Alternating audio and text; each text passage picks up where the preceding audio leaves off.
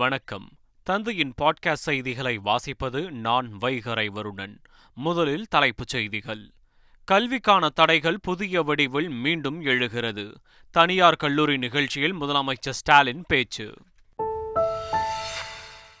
வயநாடு அருகே முண்டகை பகுதியில் மட்டும் 500 பேர் மண்ணில் புதைந்திருக்க வாய்ப்பு. மீட்பு பணியில் ஈடுபட்டுள்ள ராணுவ வீரர் அதிர்ச்சி தகவல். நிலச்சரிவால் பாதிக்கப்பட்டவர்களுக்கு உதவ அனைவரும் முன்வர வேண்டும் என எதிர்க்கட்சித் தலைவர் ராகுல் காந்தி அழைப்பு. பாதிக்கப்பட்ட மக்களுக்கு தேவையான அனைத்து உதவிகளையும் மேற்கொள்வோம் என பிரியங்கா காந்தி உறுதி. மேட்டூர் அணைக்கு வரும் தண்ணீர் அப்படியே வெளியேற்றம். காவிரியில் வெள்ளம் கரைபுரண்டு ஓடுவதால் கரையோர மக்களுக்கு வெள்ள அபாய எச்சரிக்கை. லெபனானில் உள்ள இந்தியர்கள் உடனடியாக வெளியேறுங்கள். இஸ்ரேலுக்கும் ஹிஸ்புல்லா அமைப்புக்கும் இடையே மோதல் தீவிரமடைந்த நிலையில் மத்திய அரசு உத்தரவு. பாரிஸ் ஒலிம்பிக் போட்டியில் இந்தியாவிற்கு 3வது வெண்கல பதக்கம். ஆடவர் 50 மீட்டர் ரைபிள் 3P பிரிவு துப்பாக்கிச் சுடுதல் போட்டியில் இந்திய வீரர் ஸ்வாப்னில் குசால் வெற்றி. இனி விரிவான செய்திகள். கல்விக்கான தடைகள் புதிய வடிவில் மீண்டும் எழத் தொடங்கியுள்ளதாக முதலமைச்சர் ஸ்டாலின் தெரிவித்துள்ளார். சென்னை லயோலா கல்லூரியின் நூற்றாண்டு துவக்க விழாவில் பேசிய அவர், தலைசிறந்த கல்வி நிறுவனங்கள் தமிழ்நாட்டில் அதிகம் உள்ளதற்கு கல்வி புரட்சியை தொடங்கி வைத்தது நீதி கட்சியே காரணம் என தெரிவித்தார். கல்வியின் முக்கியத்துவத்தை குறைக்கின்ற பேச்சு மீண்டும் எழத் தொடங்கியுள்ள நிலையில் அதனை மாணவர்கள் கவனம் கொள்ள தேவையில்லை எனவும் முதலமைச்சர் ஸ்டாலின் குறிப்பிட்டுள்ளார். சென்னை தலைமை செயலகத்தில் வேர்களை தேடி திட்டத்தின் கீழ் சுற்றுலா பயணத்தை முதலமைச்சர் ஸ்டாலின் தொடங்கி வைத்தார். வெளிநாடுகளில் உள்ள தமிழர்களுக்கு தமிழ் பாரம்பரியத்தை தெரியப்படுத்தும் வகையில் வேர்களை தேடி திட்டம் தமிழக அரசால் உருவாக்கப்பட்டது.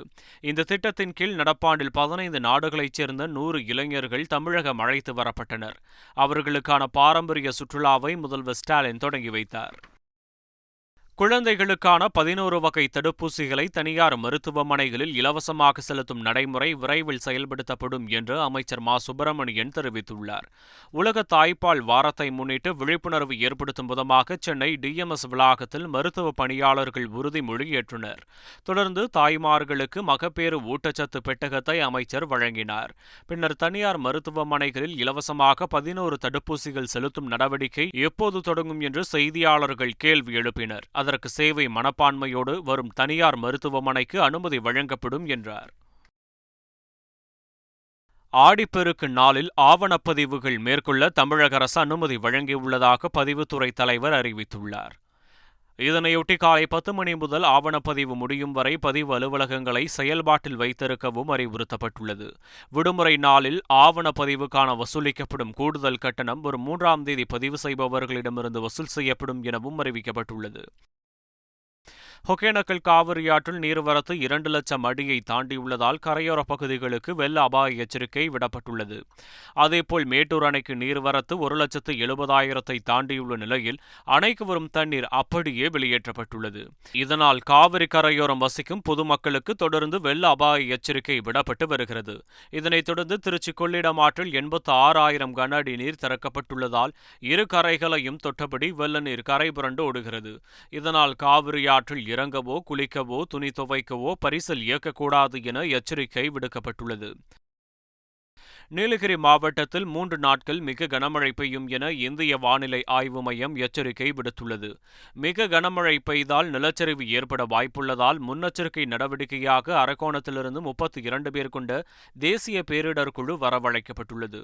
நீலகிரி மாவட்ட நிர்வாகம் சார்பாக தீயணைப்புத்துறை, நெடுஞ்சாலைத்துறை, வருவாய்த்துறை, மின்துறை அடங்கிய குழுக்களும் நவீன உபகரணங்களுடன் தயார் நிலையில் உள்ளன. விரைவு போக்குவரத்து கழகத்தில் பணிபுரிந்து வரும் தினக்கூலி தொழிலாளர்களுக்கு குறைந்தபட்சமாக 882 ரூபாய் ஊதியமாக வழங்கப்படும் என்று அறிவிக்கப்பட்டுள்ளது. அதன்படி நாளொன்றுக்கு DCC பணியாளர்களுக்கு 882 ரூபாயும், தொழில்நுட்ப பணியாளர்களுக்கு 872 ரூபாயும் ஊதியமாக வழங்கப்பட வேண்டும் என்று தெரிவிக்கப்பட்டுள்ளது. இந்த உத்தரவை வரவேற்றுள்ள CITU உள்ளிட்ட தொழிற்சங்கத்தினர் ஒப்பந்தப்படியான ஊதியத்தை விட குறைவு என்றும் நிர்வாகம் ஒப்பந்தப்படியான ஊதியத்தை வழங்க வேண்டும் என்றும் வலியுறுத்தினர். இலங்கை கடற்படையின் ரோந்து கப்பல் மோதி உயிரிழந்த மீனவரின் குடும்பத்தினருக்கு 10 லட்சம் ரூபாய் நிவாரண நிதி வழங்கப்பட்டுள்ளது. உயிரிழந்த மீனவர் மலைச்சாமியின் குடும்பத்திற்கு தமிழக அரசு சார்பில் 10 லட்சம் நிதியுதவி வழங்க முதல்வர் ஸ்டாலின் உத்தரவிட்டிருந்தார். அதன்படி ராமநாதபுரம் மாவட்ட ஆட்சியர் சிம்ரன்ஜித் சிங் மற்றும் ராமநாதபுரம் சட்டமன்ற உறுப்பினர் காதர் பாட்சா முத்துராமலிங்கம் உள்ளிட்டோர் 10 லட்சத்திற்கான காசோலையை மீனவர் மலைசாமி குடும்பத்திற்கு வழங்கினர். இந்த நிலையில் இலங்கை கடற்படையின் கப்பல் மோதி தமிழக மீனவர் உயிரிழந்த விவகாரம் குறித்து இலங்கைக்கான இந்திய தூதர் இன்று இலங்கை அரசுடன் பேச்சுவார்த்தை நடத்தவுள்ளார். ரேஷன் கடைகளில் கடந்த மாதத்திற்கான துவரம்பருப்பு, பாமாயில் ஆகியவற்றை பெறாதவர்கள் இந்த மாதத்தில் பெற்றுக்கொள்ளலாம் என அறிவிக்கப்பட்டுள்ளது. தமிழகத்தில் 2.23 கோடி ரேஷன் அட்டைதாரர்களுக்கு மாதந்தோறும் தலா 1 கிலோ துவரம்பருப்பு 30 ரூபாய்க்கும் 1 லிட்டர் பாமாயில் 25 ரூபாய்க்கும் விநியோகிக்கப்பட்டு வருகிறது. இந்நிலையில் கடந்த மாதம் ஒரு சில பகுதிகளில் இவற்றை பெற முடியாத சூழல் ஏற்பட்டது. இந்நிலையில் அவர்கள் கடந்த மாதத்திற்கான துவரம்பருப்பு மற்றும் பாமாயிலை இந்த மாதத்தில் பெற்றுக்கொள்ளலாம் என அறிவிக்கப்பட்டுள்ளது. திருச்சி மாவட்டம் துறையூர் அருகே உள்ள சின்ன இலுப்பையூர் கிராமத்தைச் சேர்ந்த பழங்குடியின மாணவி ரோஹிணி அகில இந்திய அளவில் பொறியியல் படிப்பிற்கான JEE நுழைவுத் தேர்வில் 73.8% பெற்று வெற்றி பெற்றார். அம்மாணவி திருச்சி துவாக்குடியில் உள்ள தேசிய தொழில்நுட்ப கழகத்தில் படிக்கும் செலவை தமிழ்நாடு அரசை ஏற்றுக்கொண்டுள்ளது. இந்நிலையில் ரோஹிணியை சந்தித்து வாழ்த்து தெரிவித்து அமைச்சர் உதயநிதி ஸ்டாலின் அம்மாணவியுடன் அமர்ந்து தேநீர் அருந்தினார். சொந்தமாக தொழில் செய்து முன்னேற அம்மாணவியின் அண்ணனுக்கு டிராக்டரையும் அமைச்சர் உதயநிதி வழங்கினார். பிரதமர் மோடி கூட்டாட்சியை வெறும் மேடை பேச்சாக மட்டும் பேசாமல் நடைமுறைப்படுத்தவும் செய்கிறார் என்று தமிழக பாஜக தலைவர் அண்ணாமலை தெரிவித்துள்ளார். பட்டியலின மற்றும் பழங்குடியின பிரிவினருக்கான இடஒதுக்கீட்டில் உள்ஒதுக்கீடு வழங்க மாநில அரசுக்கு அதிகாரம் உள்ளது என்று உச்சநீதிமன்ற அரசியல் சாசன அமர்வு வழங்கியுள்ளதை அண்ணாமலை எக்ஸ் தள பதிவில் குறிப்பிட்டு வரவேற்றுள்ளார். உள்ஒதுக்கீட்டிற்காக நீண்ட நாட்களாக குரல் கொடுக்க வந்த மத்திய இணையமைச்சர் எல்முருகனுக்கும் வாழ்த்துக்களை தெரிவித்துக் கொள்வதாக அண்ணாமலை பதிவிட்டுள்ளார். காவிரி குண்டாறு இணைப்பு திட்டத்தை நடைமுறைப்படுத்துவதில் முதல் கட்டத்தில் ஏற்பட்டுள்ள முன்னேற்றம் குறித்து 3 மாதங்களுக்கு ஒருமுறை நீர்வளத்துறையின் தலைமை பொறியாளர் நீதிமன்றத்தில் பதில் மனு தாக்கல் செய்ய வேண்டும் என்று மெட்ராஸ் உயர்நீதிமன்ற மதுரை அமர்வு உத்தரவிட்டுள்ளது. புதுக்கோட்டை மாவட்டத்தைச் சேர்ந்த முருகேசன் என்பவர் தாக்கல் செய்த மனு நீதிமன்றத்தில் விசாரணைக்கு வந்தபோது நீர்வளத்துறையின் தலைமை பொறியாளர் சென்னையிலிருந்து வீடியோ கான்பரன்சிங் மூலம் நேரில் ஆஜராகி விளக்கமளித்தார். இதையடுத்து நீதிபதிகள் நீர்வளத்துறை தலைமை பொறியாளர் 3 மாதங்களுக்கு ஒருமுறை பதில் மனு தாக்கல் செய்ய உத்தரவிட்டார். தமிழக முதலமைச்சர் அமைச்சர்கள் அனைவரும் மாஞ்சோலை மக்களை நேரில் சந்திக்க வேண்டும் என மாஞ்சோலை மக்கள் வாழ்வுரிமை மீட்புக்குழு கோரிக்கை விடுத்துள்ளது. இது தொடர்பாக மாஞ்சோலை மக்கள் வாழ்வுரிமை மீட்புக்குழு வெளியிட்ட அறிக்கையில் மாஞ்சோலையின் தேயிலை ஆலைகளிலிருந்து முக்கிய பொருட்களை BBTC நிர்வாகம் கீழே இறக்கி வருவதாக தெரிவித்துள்ளது. உயர்நீதிமன்றத்தின் இடைக்கால உத்தரவை மீறி ஆலை நிர்வாகம் செயல்படுவதாகவும் அதற்கு மாவட்ட நிர்வாகமும் வனத்துறையும் ஒத்துழைப்பு தருவது வருத்தமளிப்பதாகவும் தெரிவித்துள்ளது. இந்த நிலையில் மாஞ்சோலை மக்களை வெளியேற்ற நடவடிக்கை எடுத்தால் நீதிமன்ற அவமதிப்பு நடவடிக்கை கோரி வழக்கு தொடரலாம் என மெட்ராஸ் உயர்நீதிமன்ற மதுரை அமர்வு உத்தரவிட்டுள்ளது. கேரள மாநிலம் வயநாட்டில் நிலச்சரிவில் சிக்கி உயிரிழந்தோர் எண்ணிக்கை 290 தாண்டியுள்ள நிலையில் மீட்புப் பணிகள் முழுவீச்சில் நடைபெற்று வருகிறது.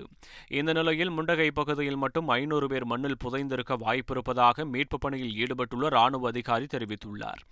மக்களவை எதிர்க்கட்சித் தலைவர் ராகுல் காந்தி, காங்கிரஸ் பொதுச் செயலாளர் பிரியங்கா காந்தி உள்ளிட்டோர் வயநாட்டில் பாதிக்கப்பட்ட பகுதிகளை பார்வையிட்டனர். சூரல்மலையில் நிலச்சரிவில் சிக்கி மீட்கப்பட்ட மக்களை சந்தித்து நலம் விசாரித்ததுடன் உறவுகளை இழந்தோருக்கு இரங்கல் தெரிவித்தனர். அப்போது பாதிக்கப்பட்ட மக்கள் அனைவருக்கும் தேவையான அனைத்து உதவிகளையும் வழங்க நடவடிக்கை எடுக்கப்படும் என்றும் அவர்கள் உறுதியளித்தனர்.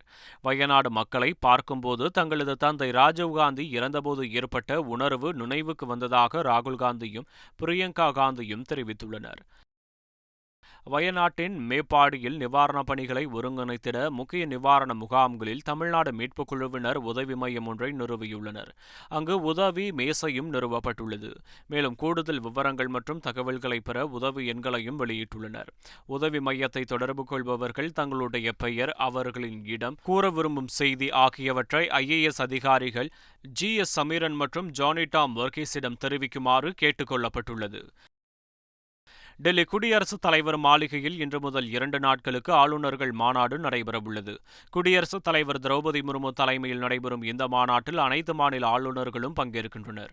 குடியரசு துணைத் தலைவர் ஜெகதீப் தன்கர், பிரதமர் மோடி, மத்திய அமைச்சர்கள், மத்திய உள்துறை அமைச்சகத்தின் உயர் அதிகாரிகள் உள்ளிட்டோர் பங்கேற்க உள்ளனர். குற்றவியல் சட்டங்களை அமல்படுத்துதல், உயர்கல்வியில் சீர்திருத்தங்கள், பல்கலைக்கழகங்களின் அங்கீகாரம், எல்லைப் பகுதிகளின் வளர்ச்சியில் கவனம் செலுத்துதல் உள்ளிட்டவை குறித்து இம்மாநாட்டில் விவாதிக்கப்பட உள்ளது. இந்திய தன்மை என்பது திருவள்ளுவரை அனைத்து இந்தியர்களுக்கும் கற்பிப்பதுதான் என மத்திய கல்வி அமைச்சர் தர்மேந்திர பிரதான் தெரிவித்துள்ளார். புதிய தேசிய கல்விக் கொள்கையின் மூலம் ஹிந்தியையும் சமஸ்கிருதத்தையும் திணிக்க பாஜக முயற்சிப்பதாக திமுக எம்பி கனிமொழி கூறிய குற்றச்சாட்டிற்கு நாடாளுமன்றத்தில் மத்திய கல்வி அமைச்சர் தர்மேந்திர பிரதான் பதிலளித்தார். அதில் 8வது அட்டவணையில் உள்ள அனைத்து மொழிகளும் இந்தியாவின் தேசிய மொழிகள் என்பதுதான் பிரதமர் மோடி அரசின் நிலைப்பாடு என தெரிவித்தார். மேலும் இந்திய கல்வி அமைப்பு உள்ள மேற்கத்திய ஆதிக்கம் அகற்றப்பட வேண்டும் என்று குறிப்பிட்ட தர்மேந்திர பிரதான், இந்திய தன்மை என்பது திருவள்ளுவரை அனைத்து இந்தியர்களுக்கும் கற்பிப்பதுதான் என்று தெரிவித்தார். டெல்லியில் வெள்ள நீர் புகுந்து IAS பயிற்சி மையத்தில் 3 மாணவர்கள் உயிரிழந்த விவகாரத்தில் கைதான கார் ஓட்டுநருக்கு ஜாமீன் வழங்கப்பட்டுள்ளது. இந்த விவகாரத்தில் கார் ஓட்டுநர் மனோஜ் கதூரியா, தேஜீந்தர் உள்ளிட்ட 5 பேரை டெல்லி போலீசார் கைது செய்துள்ளனர். இவர்களது ஜாமீன் மனுக்களை தீஸ் ஹஜாரி மாவட்ட நீதிமன்ற வளாகத்தில் உள்ள குற்றவியல் நீதித்துறை நடுவர் மன்ற நீதிபதி தள்ளுபடி செய்திருந்தார். இந்த சூழலில் கார் ஓட்டுநர் மனோஜ் கதூரியாவிற்கு ஜாமீன் வழங்கி கூடுதல் அமர்வு நீதிமன்ற நீதிபதி ராஜேஷ்குமார் கோயல் உத்தரவிட்டுள்ளார். இலங்கை நாட்டின் ஒற்றையாட்சி, தேசியம் ஆகியவற்றை கருத்தில் கொண்டே அரசியல் தீர்மானத்தை எடுத்துள்ளதாக நாமல் ராஜபக்சே தெரிவித்துள்ளார். இலங்கையின் ஜனாதிபதி தேர்தல் விரைவில் நடைபெற உள்ள நிலையில் கட்சி உறுப்பினர்களை சந்தித்த பின் செய்தியாளர்களை சந்தித்த முன்னாள் அதிபர் மஹிந்த ராஜபக்சேவின் மகனும் இலங்கை எம்பியுமான நாமல் ராஜபக்சே, ஜனாதிபதி தேர்தலில் எமது கட்சி நிச்சயம் வெற்றி பெறும் என்றும் நாட்டின் ஒற்றையாட்சி, தேசியம் ஆகியவற்றை கருத்தில் கொண்டே அரசியல் தீர்மானத்தை எடுத்துள்ளதாகவும் அவர் தெரிவித்தார். லெபனானில் உள்ள இந்தியர்கள் உடனடியாக வெளியேறுமாறு மத்திய அரசு உத்தரவிட்டுள்ளது. இஸ்ரேலுக்கும் ஹிஸ்புல்லா அமைப்புக்கும் இடையிலான மோதல் தீவிரமடைந்துள்ளது. குறிப்பாக பெய்ரூட் மீது இஸ்ரேல் நடத்திய திடீர் வான்வெளி தாக்குதலில் ஹிஸ்புல்லா அமைப்பின் கமாண்டர் கொல்லப்பட்டார். இதனால் நிலவும் அசாதாரண சூழலை கருத்தில் கொண்டு லெபனானில் உள்ள இந்தியர்களுக்கு இந்திய தூதரகம் சில அறிவுறுத்தல்களை வழங்கியுள்ளது. இதன்படி லெபனானில் உள்ள இந்தியர்கள் உடனடியாக வெளியேற உத்தரவிடப்பட்டுள்ளது. தவிர்க்க முடியாத காரணங்களால் லெபனானில் இருக்க வேண்டிய சூழல் ஏற்பட்டால் பாதுகாப்பான இடத்தில் இருப்பதோடு தூதரகத்துடன் தொடர்பில் இருக்கவும் அறிவுறுத்தப்பட்டுள்ளது. மேலும் மறு அறிவிப்பு வரும் வரை லெபனானுக்கு பயணம் மேற்கொள்வதை தவிர்க்க வேண்டும் எனவும் எச்சரிக்கை விடுக்கப்பட்டுள்ளது. பாரிஸ் ஒலிம்பிக் போட்டியில் இந்தியாவிற்கு 3வது வெண்கலப் பதக்கம் கிடைத்துள்ளது. ஆடவர் 50 மீட்டர் ரைபிள் 3P பிரிவு துப்பாக்கிச் சுடுதல் போட்டியில் இந்திய வீரர் ஸ்வப்னில் குசால் வெண்கலப் பதக்கத்தை கைப்பற்றி அசத்தினார். பாரிஸ் ஒலிம்பிக் பேட்மிண்டன் காலிறுதிப் போட்டியில் இந்தியாவின் சாத்விக் சிராக் இணை போராடி தோல்வியடைந்தது. ஆடவர் இரட்டையர் பிரிவு பேட்மிண்டன் போட்டியில் இந்தியாவின் சாத்விக் சிராக் இணை மலேசியாவின் சியா ஷோ இணையுடன் மோதியது. இதில் முதல் செட்டை 21-13 என்ற கணக்கில் சாத்விக் சிராக் இணை கைப்பற்றியது. தொடர்ந்து நடைபெற்ற 2வது செட்டை 21-14 என்ற கணக்கில் மலேசிய இணை வென்றது. வெற்றியாளரை தீர்மானிப்பதற்கு நடைபெற்ற கடைசி செட்டை 16-21 என்ற கணக்கில் சாத்விக் சிராக் இணை இழந்து தோல்வியடைந்தது. இதனால் பதக்க வாய்ப்பை இழந்து சாத்விக் சிராக் இணை வெளியேறியது. பாரிஸ் ஒலிம்பிக் ஆடவர் வில்வித்தை போட்டியின் தனிநபர் பிரிவில் இந்திய வீரர் பிரவீன் ரமேஷ் ஜாதவ் தோல்வியடைந்தார். முதல் சுற்று போட்டியில் சீன வீரர் கயோவுடன் பிரவீன் ரமேஷ் ஜாதவ் மோதினார். இதில் ஒரு செட்டை கூட கைப்பற்றாத பிரவீன் ரமேஷ் ஜாதவ் 0-6 என்ற கணக்கில் தோல்வியடைந்து வெளியேறினார். இதனால் ஆடவர் பிரிவு வில்வித்தையில் பதக்கத்திற்கான வாய்ப்பை இந்தியா இழந்தது. பாரிஸ் ஒலிம்பிக் மகளிர் நடையோட்ட போட்டியில் இந்திய வீராங்கனை பிரியங்கா கோஸ்வாமி தோல்வியடைந்தார். 20 கிலோமீட்டர் மகளிர் நடையோட்ட போட்டியில் பிரியங்கா கோஸ்வாமி கலந்து கொண்டார். இதில் பிரியங்கா கோஸ்வாமி 41வது இடத்தை பிடித்தார். 45 பேர் போட்டியில் பங்கேற்ற நிலையில் பிரியங்கா கோஸ்வாமியால் 41வது இடத்தையே பிடிக்க முடிந்தது. பாரிஸ் ஒலிம்பிக் மகளிர் குத்துச்சண்டை போட்டியில் இந்திய வீராங்கனை நிகத் சரின் தோல்வியை தழுவினார். மகளிர் 50 கிலோகிராம் எடைப்பிரிவு ரவுண்ட் ஆஃப் 16 சுற்றில் இந்திய வீராங்கனை நிகத் சரின் வூயூவுடன் மோதினார். இதில் 0-5 என்ற புள்ளிகள் கணக்கில் சீன வீராங்கனை வூயூவிடம் நிகத் சரின் தோல்வியடைந்தார். பாரிஸ் ஒலிம்பிக் பேட்மிண்டன் போட்டியின் காலிறுதி சுற்றுக்கு இந்திய வீரர் லக்ஷ்யா சென் முன்னேறியுள்ளார். ஆடவர் ஒற்றையர் பிரிவு காலிறுதிக்கு முந்தைய சுற்று ஆட்டத்தில் சக இந்திய வீரர் பிரணாயுடன் லக்ஷ்யா சென் மோதினார்.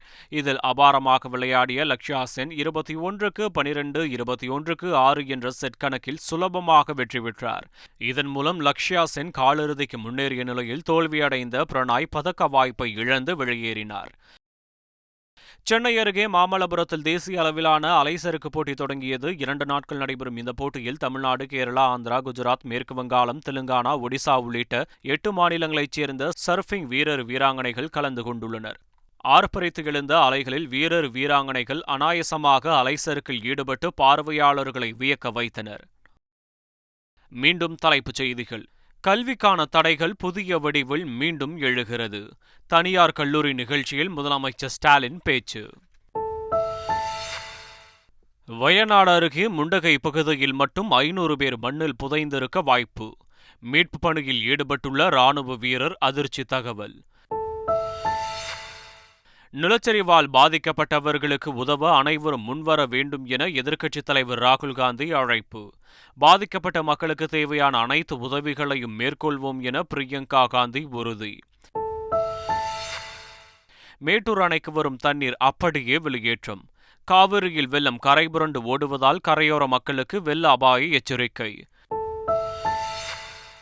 லெபனானில் உள்ள இந்தியர்கள் உடனடியாக வெளியேறுங்கள். இஸ்ரேலுக்கும் ஹிஸ்புல்லா அமைப்புக்கும் இடையே மோதல் தீவிரமடைந்த நிலையில் மத்திய அரசு உத்தரவு. பாரிஸ் ஒலிம்பிக் போட்டியில் இந்தியாவிற்கு 3வது வெண்கல பதக்கம். ஆடவர் 50 மீட்டர் ரைபிள் 3P பிரிவு துப்பாக்கிச் சுடுதல் போட்டியில் இந்திய வீரர் ஸ்வாப்னில் குசால் வெற்றி. இத்துடன் பாட்காஸ்ட் செய்திகள் நிறைவடைகின்றன. வணக்கம்.